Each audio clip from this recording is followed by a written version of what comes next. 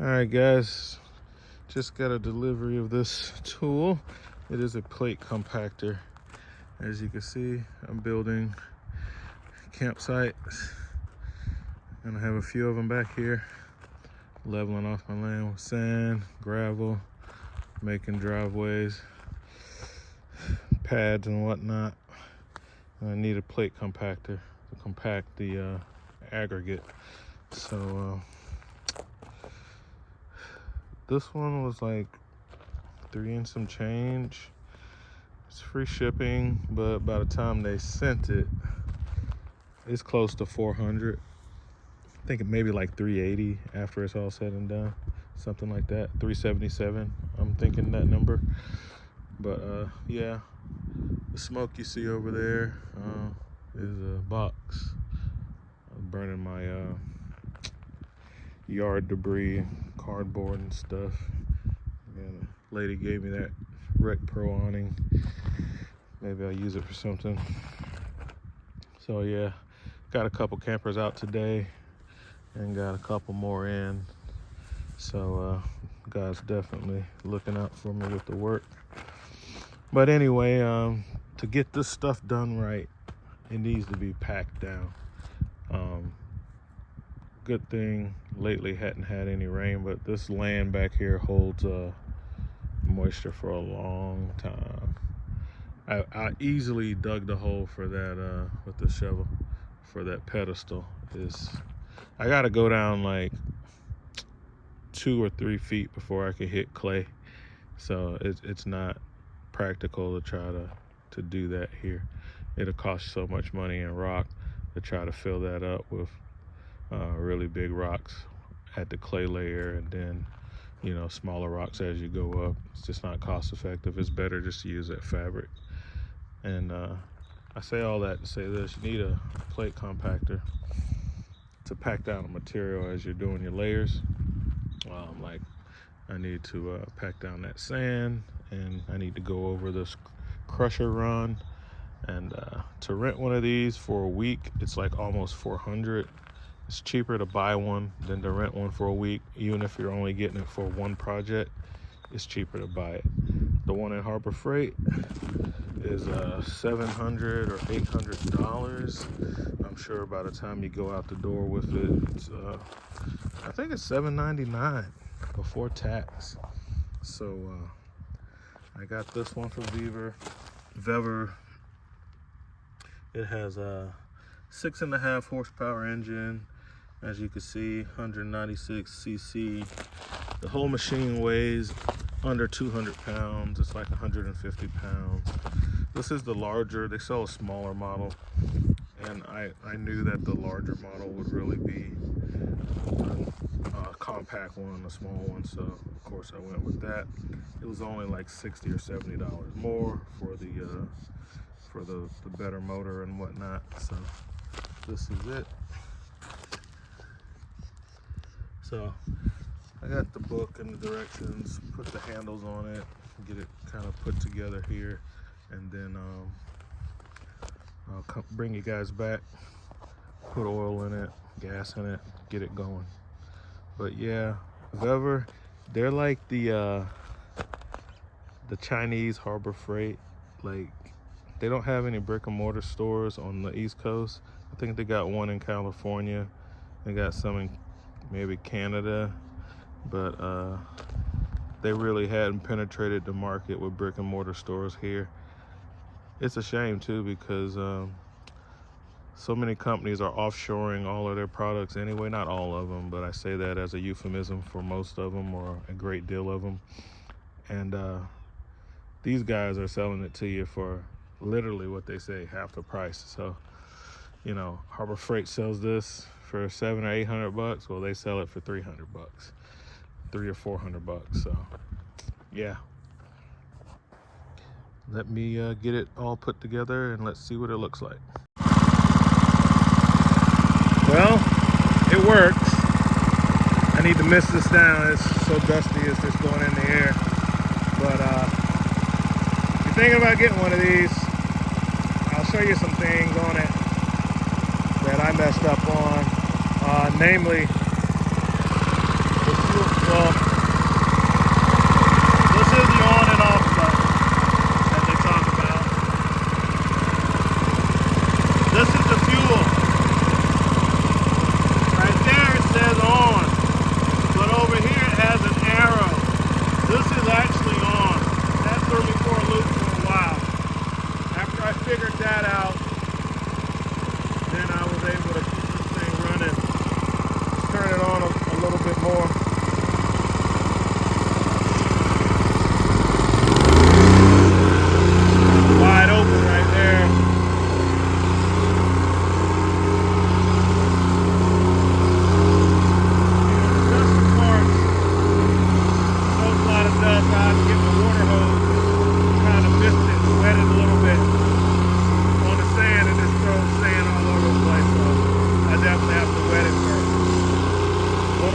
stuff that's still kind of moist in the ground, it works really well.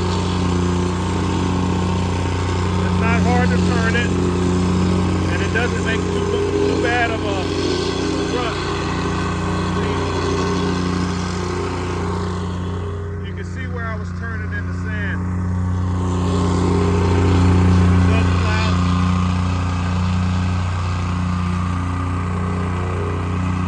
Pretty much wants to go by itself.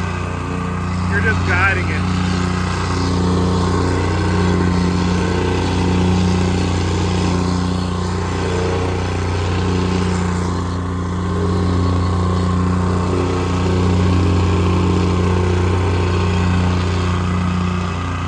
There she goes.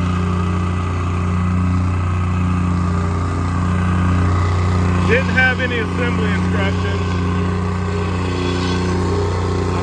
That. I got a little scared when I couldn't get it. It would start, but it wouldn't stay running.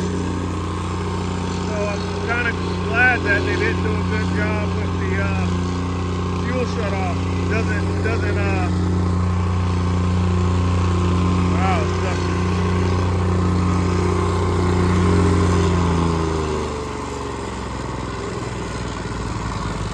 All right, so I'm just gonna cut the fuel and let it shut off. This is off for the fuel. This is the off button.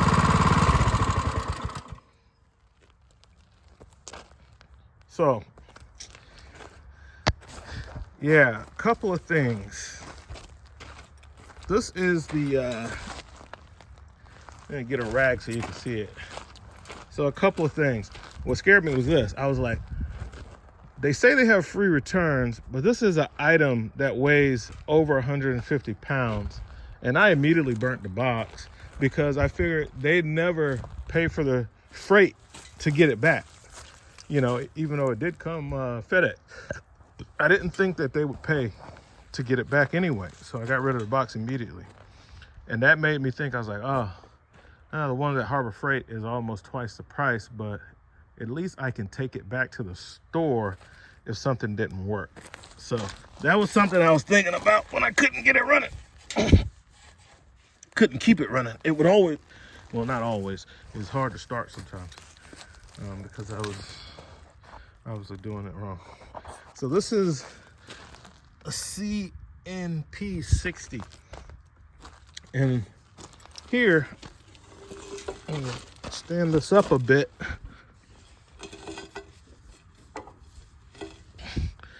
There's a notice about the oil. This is the notice about the oil, okay? Well, on the little paper that it comes with, and it has two spots to add the oil, in the front and in the back. Okay, I use a little funnel. This is the paper that comes with it.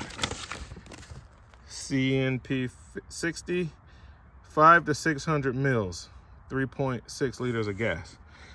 I was surprised it held that much gas.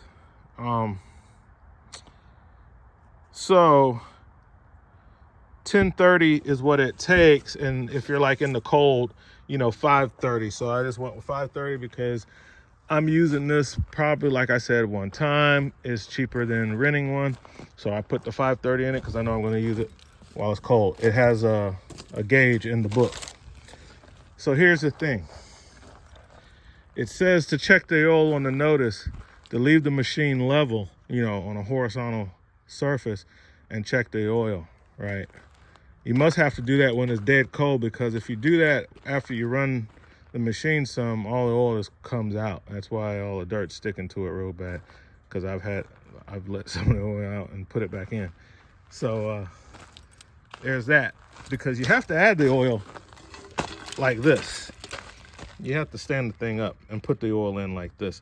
So I was trying to troubleshoot why the thing was having a hard time starting and then staying running. So I thought, oh, maybe I don't have enough oil. It's the first time I put, I think I put like 400 milliliters of oil in it. Then I went back and read and it says 6. So I put 200 more. And then I still had issues the whole time, because where the on spot is for the fuel, that's not on. That's actually off. So that's something that's just dumb. But they have a, they got an arrow showing you this is the fuel, is what I took the sticker to mean. Like, okay, this is the fuel knob and this is the choke knob, but what they mean is turn it on this way. It doesn't have anything that says off. It just has an on right here, and that's actually the off. The on is the off. And then the choke right there. Start it up. It needs to be like that. That's how you got to start it. All right, and then the throttle has to be one click down. They say like 30 degrees. Like, come on, bro. So, you know, and then it has like a little data plate right here that I haven't looked at it. So tomorrow I'll probably drain the oil out and put the oil back in. Typically when I run a new motor, I run it for a while, get some of the middle shavings out, and then drain the oil and just change the oil. So considering the fact that I lost some oil while I was troubleshooting and I don't have an exact measurement of how much oil is in here, I will be draining the oil tomorrow and starting over. So this is how you start this thing. Like I said, one click, this way, this. Now, if the engine's already warm, they say you can put it to halfway to start it. You turn this on, the red switch at the front, and it's an easy pull. Okay. Pull it until you feel resistance, and then it says let it go back in, and then slowly let the lever back in. Open the choke. Turn up the throttle.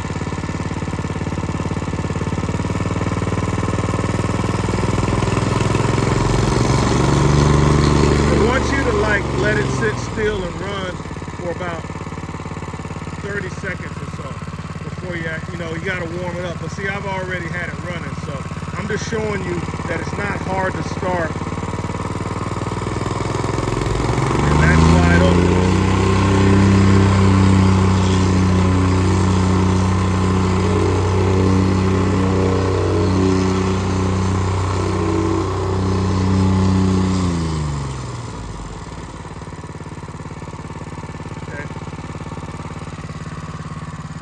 Thing's heavy and the wheels are kind of awkward.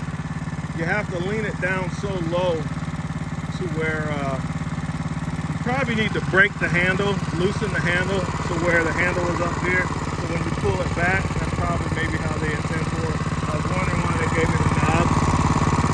So no, because that's only fits around.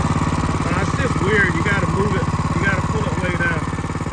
So I'll move my tractor out of the way. And but yeah, that fuel thing, that got me.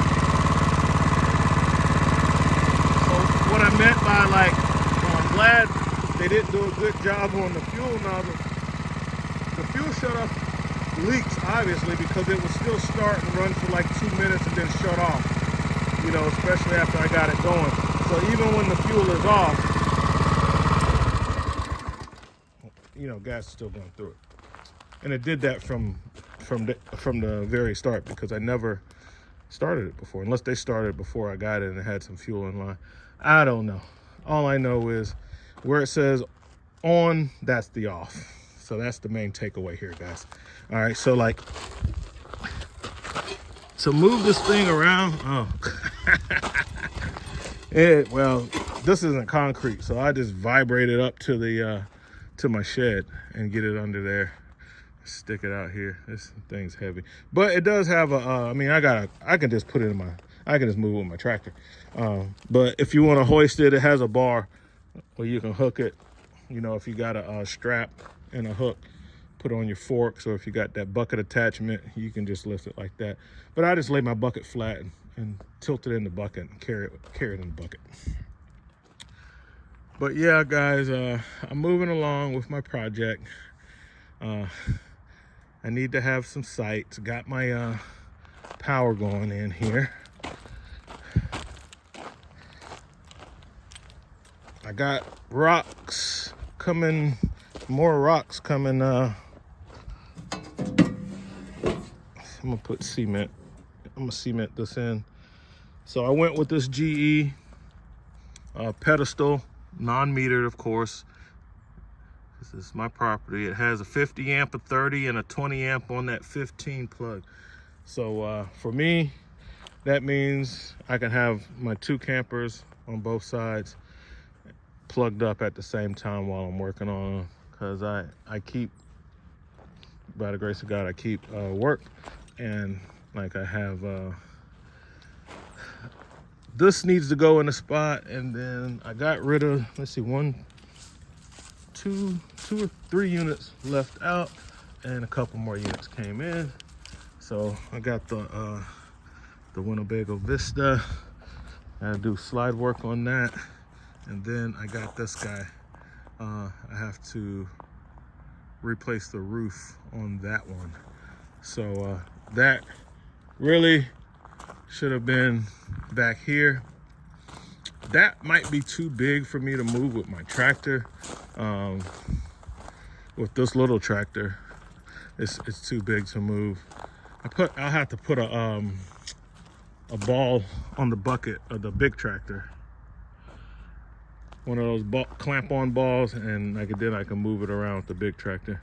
Because I think it's got like, it's over 3,000 pounds on the bucket loader capacity on that. So operating capacity, whatever. It's like 3,000 pounds. So I can do it with that. But yeah, guys, that's what we got going on. Did I have to use a plate compactor? Well, I need the best results. This land is like really wet. The last time it rained was like maybe 2 weeks ago, and I still have water in the yard. And let me show you another reason why I'm doing all of this.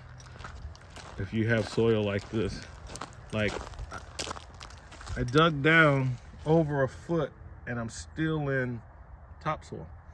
So the correct way to do this would be to get like your skid steer or excavator, probably an excavator, a track excavator, and dig down until you hit hard clay. Well, I would have to dig down about 3 feet or so to get hard clay. Now you have that dug out, and all the land around it is still wet, and that's fine. Then you have to use really big rocks to lay a foundation, and then different materials like crusher run and smaller rocks to fill up that 3 feet. And when you're talking about these pads are 12 feet wide by 60 feet long, now you're getting into thousands and thousands of dollars of rock. Whereas by simply using my box blade, leveling this off, scraping it down about a half a foot, and then you can kind of see how deep I went a little bit by this. So I went about 6 inches deep scraping with the box blade, put the extra dirt, kind of spread it out back there because that's low back there. But yeah, I went down a half a foot and then got that scraped even and flat with my box blade. Then I got 5 yards of sand. So 5 yards of sand was able to go, about 70 feet. And then I had some more, enough to do that part, and a couple other little low spots over here. So I know if I got 5 yards of railroad ballast, which is what I was gonna go with next, that's basically like a little 4-inch rock, about that big. It's the same rocks they use on the railroad. We just call it railroad ballast. Number 4s, that's what they are, number 4s. It's gonna go with number 4s next, and then like crush and run on top of the number 4 so I can have the fines in there. This is basically like 57 stone mixed in with a lot of dust. You know, it's like they take 57 stone, run it through the crusher, and you get like a lot of the fines and everything with it.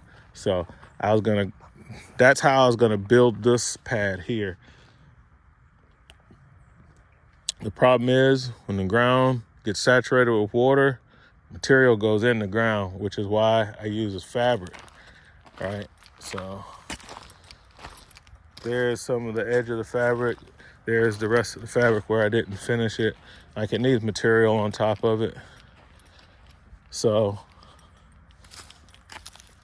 just put this down. Now this is the Triax GeoGrid, and you can see a lot of my crusher run ended up back here, mixed in, leveling off this, which I made a mistake on that. I should have kept it all at the front. Ideally, I was going to have it to where this went all the way to the wood line so I can have 2 Class A's back to back. But I've since changed my mind about that, and I said I'll just do the 60 foot pads, 12 by 60s going on each side of this pedestal. So, you know, that's what I'm doing. I got some fabric. I ordered it from the same company that I got the plate compactor. You know, that VEVOR stuff is cheap, man. I mean, it's cheaper, especially for stuff that I'm like